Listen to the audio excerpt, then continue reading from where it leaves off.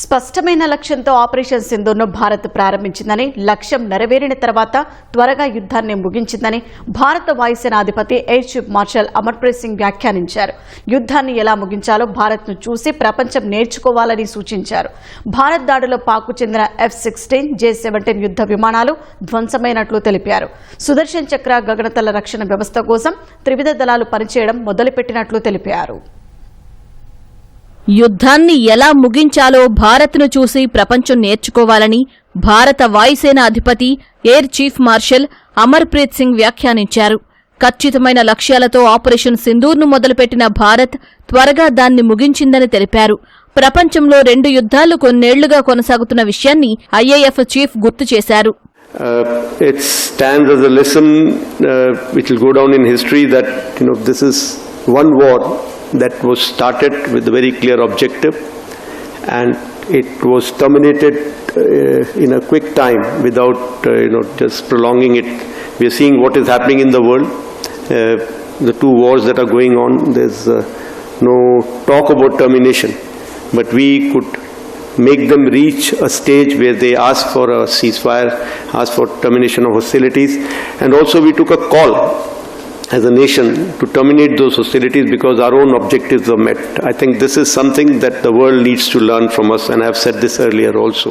త్రివిధ దళాల సమిష్టి చర్యకు ఆపరేషన్ సింధూర్ ప్రతిబింబమని IAF chief air chief marshal AP Singh అన్నారు.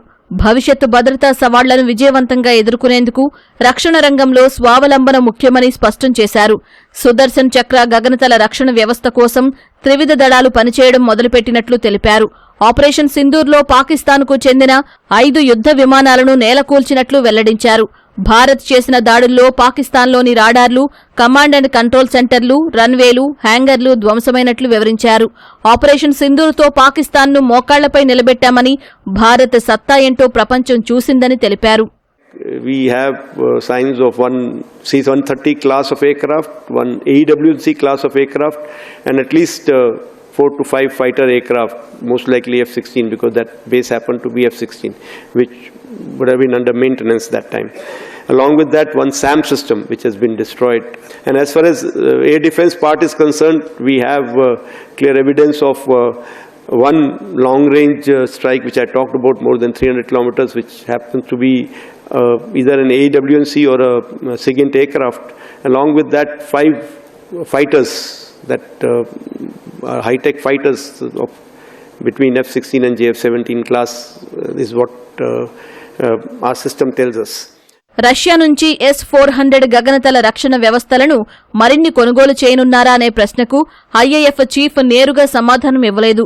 అయితే S-400 మెరుగ్గా పనిచేసిందని తెలిపారు. తమ పోరాట సామర్థ్యాలను పెంపొందించుకోవడానికి రోడ్ మ్యాప్ 2047ను భారత వాయుసేన రూపొందించిందని చెప్పారు.